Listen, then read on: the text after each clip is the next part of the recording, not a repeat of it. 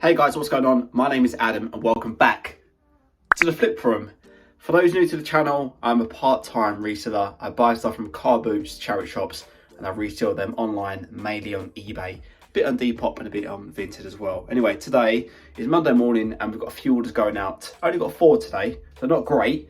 However, it's because I'm not listing. And you don't list, you don't get too many sales. And that's for a few reasons really. One, there's been a few eBay errors of late, which is frustrating. It just kind of takes too long to list, so I'm just holding off.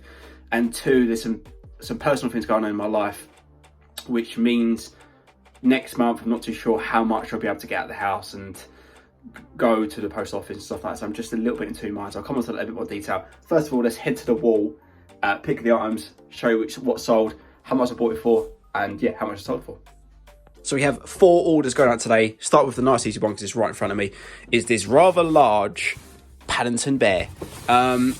This was actually going to be a personal item for my little boy, but he had absolutely no interest in him, so therefore he went on eBay. So that's the first one. We've got a couple pairs of shoes. Get this down without breaking my neck. Oh my goodness, how do you guys do it? We have survived. Okay, we've got this lovely pair of Nike Tiempo boots. And we've also got another pair of Nike, I think these are the Cortez trainers. Again, really nice. Nike's always a nice solid brand. And finally, we have a book, which is up here. We have a Harry Potter first edition and the Half-Blood Prince. Here they are, all on the table, ready to be packed. Go through each one in a little bit more detail here. So here is a Harry Potter and the Half-Blood Prince book. I don't know too much about books in general, but whenever I see Harry Potter and it's £1, I just pick it up. I've never been able to complete a full set. I know the full sets do command some strong money. This is a first edition book, although every book I seem to pick up is first edition, so maybe the whole thing's first edition, God knows. But what I know about this particular book is on page 99, there is a misprint. The misprint is here. And when where is it? And when you've got your 11 outstanding hours, 11 is right. It should be 10 hours. So that's the misprint. Yeah. So I label that in the title in the eBay description, and this has gone for £10. It's only £1. It's gone for £10. So that's a quite a good markup. Next up, we have, as I say, these lovely pair of Nike Cortez trainers. Really nice, good, clean condition. Recent charity shop pickup. Owes me £12, so I had to pay up a bit for these, but I just knew they'll sell super quickly, especially when they're in nice clean condition. This sold for £25. I just doubled up on this one, but it's listed on Thursday, sold on Sunday. So when you double up super quickly like that, I don't mind. Quick, probably £10 profit in that after fees, etc. These are a decent flip. These again, recent pickup on Thursday, listed on Thursday, sold over the weekend. These are a pair of Nike Tiempos. Tiempos are a great football boot. Again, there are various models within the Tiempo range, just be mindful of that. Again, you can just tell by the insole they've been barely worn, right? Really nice, clean condition. Always give your football boots a good check over before you buy any. And then in the tongue itself, it will tell you its age. So if I can try and, I'm sure you can work it out from there. There you go. You can see 10. That's 2010. These boots are made, so these are, coming up to 12 years old now. So yeah, really nice clean condition considering they're 12 years old, and people just love the classic black football boots, especially the Nike Tiempos. Again, really nice. This was £10 and it's gone for £30 plus postage. So again, really nice flip. And yeah, this was not intended to be flipped. This was a personal item which my boy just was not interested in for some reason. He normally loves Paddington Bear. It's giant, right? Because that is going to be a massive. It's just annoying to obviously send because you have to go as a medium parcel. So that's probably why I would have picked it up. If it was smaller, I probably would have picked it up to flip. But I think this one owes me like £3. I say I wasn't buying it to sell. It's gone for £10 plus £5 postage because it has to go via a medium parcel. But you know what? Hopefully it makes another little kid happy. So yeah. I mean, Paddington Bear. Who doesn't love Paddington Bear? So that's the only 4 orders going out today. And let's get packing. Well, that was easy. And those are today's orders. And also wanted to finish off this segment or this video with a bit of a Q&A. So yesterday on my Instagram, if you're not following, there it is. Yeah, I've done a little bit of Q&A, ask me anything, and we've got a few questions in, so I thought I'll go through and answer them now. The first question was from Rummage Around. Who/what made you start reselling, and how much do you enjoy it? So, no one really made me start reselling. I've been reselling now on and off for about 10 to 12 years, like since I was a young lad.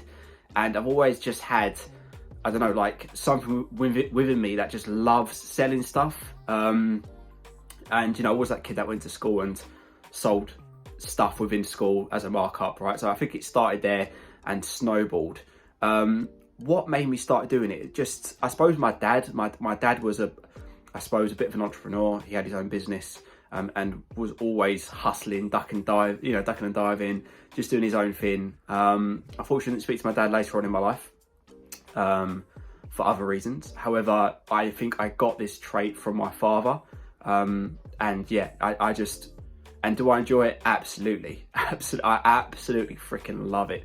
Like, hopefully it comes across in my content. But yeah, just the buzz, like, of flipping something like that book, £1 into 10, for example. Like, just like the feeling within me, just like crazy. Like, it's crazy. Like, I get a much better feeling from something small like that, rather than like, I don't know, like my monthly wage from my job, for example. So the little things like that just makes it all the better.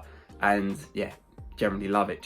And I think you have to as well, because I know a lot of people do a lot of content around reselling, and I think they show, you know, it's very easy to show all the positives, but it's hard work, man.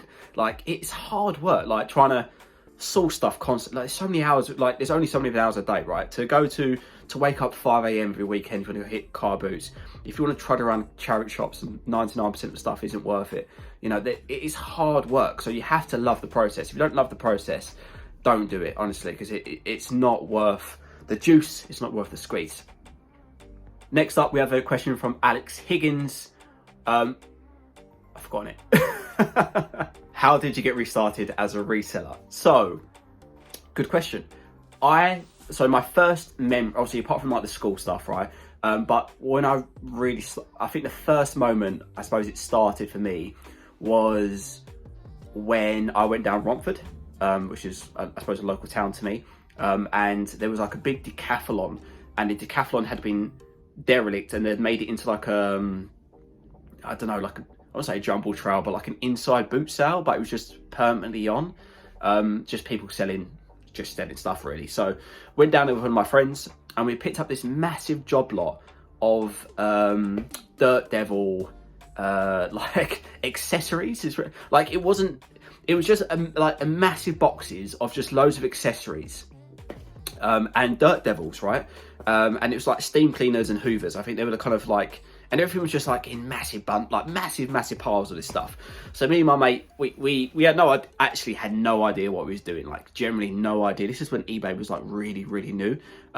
So we for some reason, and it was a great reason, I don't know why we done it, but we bought loads of these boxes because it was like so cheap.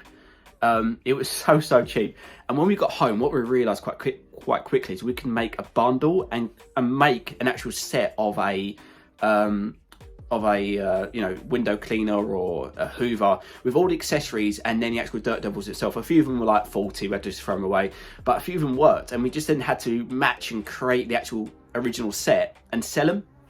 And I remember when we got the first sale for £35 on eBay, and we was just like, you know, we was like 18 at the time, so £35, and literally cost us like pennies. Like, we could not believe it. Like, that was mad. Like, that was like the first moment where it really clicked, and we done that a lot. Like, and yeah, for those kind of couple months, it was great. I think then obviously that source kind of dried up, or they found out they could earn more money by doing it themselves. But that was my first kind of memory of how I started reselling.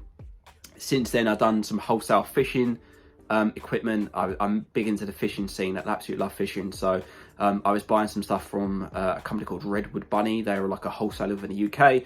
And again, buying it within there, they had some promotions, buying some promotions, and then sell them individually on eBay. That's quite tough because they sold on eBay themselves, so the margins were really small. I've done loads of other bits as well. The other thing I could think of was phone. So I'm coming from a telecoms background. So I've got a good knowledge of mobile phones. So I started, buying mobiles off Facebook because I could see ones that were undervalued quite quickly, but the margins were small. I could buy like an iPhone for like £100 and sell it for like £150, which isn't bad when you think of it like that, but the risk is so high because so many mobiles can be faulty and you won't really know until like later in time. For example, the speakers could be faulty or intermittently faulty, so it wasn't like something you could pick up like instantly. Obviously some things you can know whether it's water damage, cracked screen, but you just don't know the battery life, the health condition of the battery and stuff like that. So it just, the risk was just too high for me.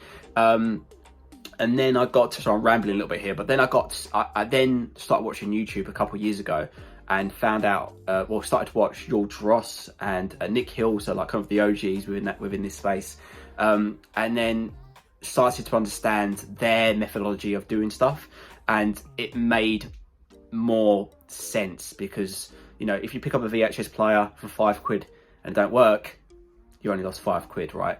And again, the margins were way better than what I was doing in mobile. So kind of changed direction, and now I pick up footwear, clothing, electronics, a bit of everything really. So yeah, that's kind of that's kind of gone off on a massive tangent, but hopefully that tells you kind of how I started and kind of where I've ended up today.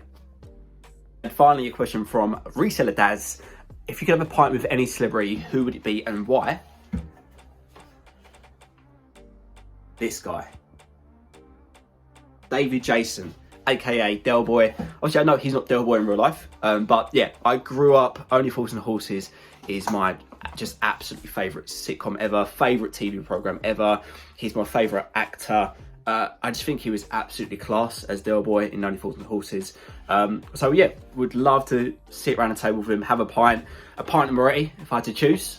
That would be my preference. And just speak about kind of the filming of it and how the ideas come about, and just classic scenes. I would love to have a pint with David Jason and just speak everything Only Fools and Horses. And that's everything. Thanks for watching. Thanks for getting to the end of the video. If you haven't already, please like, subscribe and hit the bell.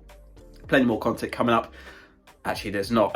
There's not more. Well, do it anyway, but let me explain. I've got a little boy on the way. Little boy? I don't know. It could be a little girl. I don't actually know what I'm having. But maybe I'll just put it into the universe. Maybe I'm having another boy. We'll see. Got another little child, baby on the way at the end of this month. Therefore, I may be taking a bit of a break in April. But anyway, subscribe anyway. It doesn't matter, right? Subscribe. There will be more content coming up in the future, I promise. But maybe a little break over April. There will probably be a couple more videos before then. So yeah, thanks for watching as always. Stay lucky. See you soon.